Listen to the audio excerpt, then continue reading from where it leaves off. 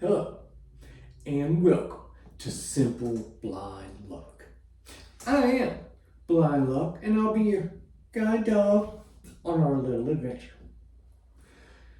You know, it's actually kind of ironic I ended up in this spot being blind. Because most of the things I did just for fun or hobbies were actually very visually oriented. Those who are familiar with the channel probably already know I'm a big car nut. Like I really enjoy driving, working on, or just reading about anything to do with cars. I was all in. But some other hobbies were also very visual. For example, I really enjoy drawing. And I know a lot of people like to draw, but once they get a little older, they kind of age out of it and don't really mess with it much anymore. And I was just one of the odd people that I didn't. I continued drawing. I really enjoyed it. And as I got older, I ended up drawing more of say designs and symbols, things that basically I would draw things that would make good tattoos. As a matter of fact, there's a number of things that I drew that people actually did get as tattoos. So, as you might imagine, being blind really hinders the ability to draw. But even if you get around that, I would say even one of the bigger impediments to it is due to the neuropathy in my right hand, so that basically I don't have very much feeling or dexterity in this hand.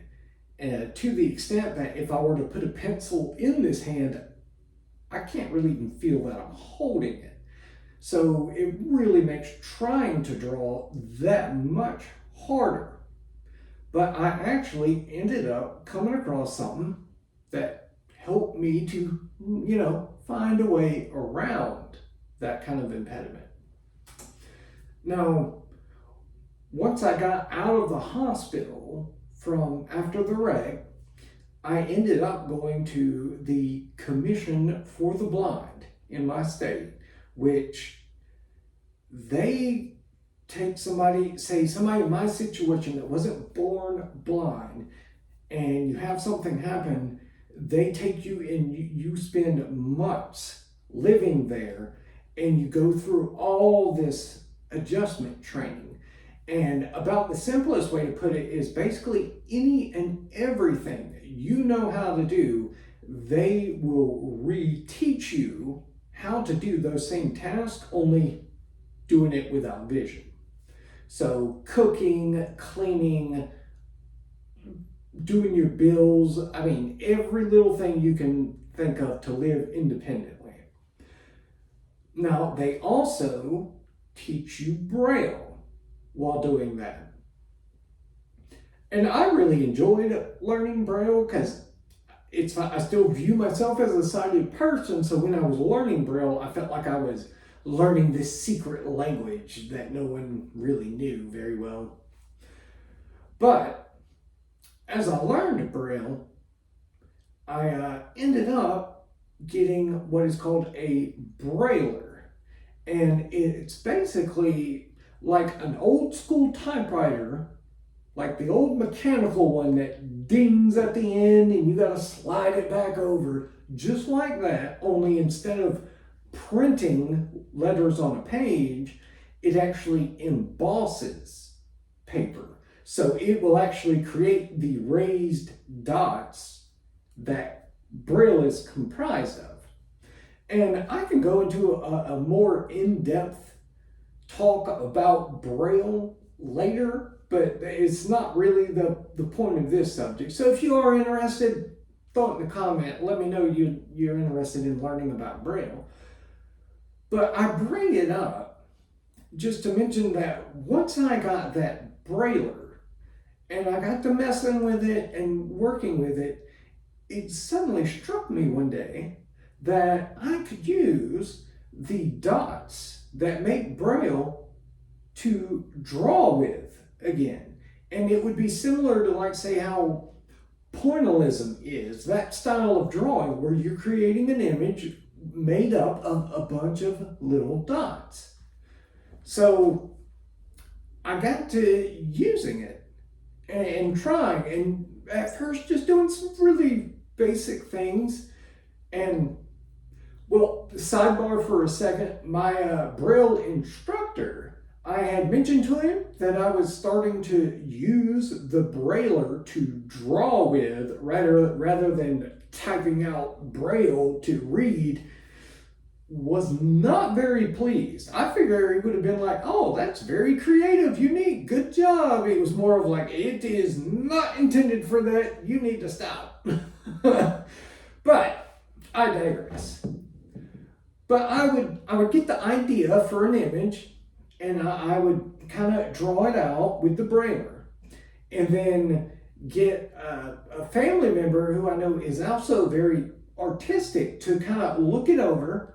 And then they would give me feedback of, yeah, you need to maybe change these lines a little bit or add something here, or just a little feedback to try to make it more visually appealing as a picture. So I actually got to where I was creating all these different images, and it would be all kinds of stuff like fairly basic, like a sailboat or a rocket ship. But then eventually it got more and more intricate where I could do an American flag or an old classic Chevy pickup, that kind of thing. Just really neat things. And I got to thinking of, okay, maybe there's something here. And I got where I would take, say, 20 or so images I had done, and I would bind them together to make like a little book. And I figured it would be a neat idea for a coloring book. And I actually did some samples, gave to my niece and nephew, and they really seemed to enjoy it. They thought it was very unique and different because it was a picture they could color, but it was one they could actually feel the picture, because, you know, the lines are made up from Braille, so it's all raised up. So it was kind of unique. The problem with it is it was very time consuming. Like I would estimate, even when I got to where I was real familiar and doing it quickly, one book, I mean, really one image could take me as much as hours and hours. Like to do an entire book, it was probably close to 21 hours worth of work going into it. So it was time consuming, but it was a good way to be able to get that creative outlet again, to be able to draw again.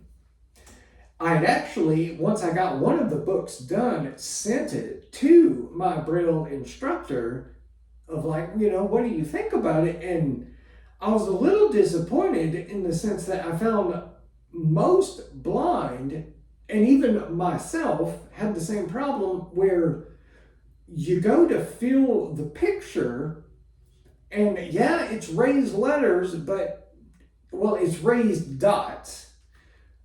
But when you're blind, it kind of just feels like a bunch of random dots. It is really hard to get the idea of what that image is. I even have problems with that, and I'm the one creating this stuff. I do better if I know ahead of time of, okay, this is the image of, say, the old truck. Then when I feel it and I have that in mind, I can see it then.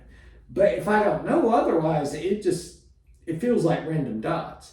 And the other funny thing is, every now and then I go to feel one, and I guess it's just due to habit, I'm instantly trying to read it as Braille, where obviously it's not going to say anything because it's making a picture, so you're just reading a bunch of gibberish.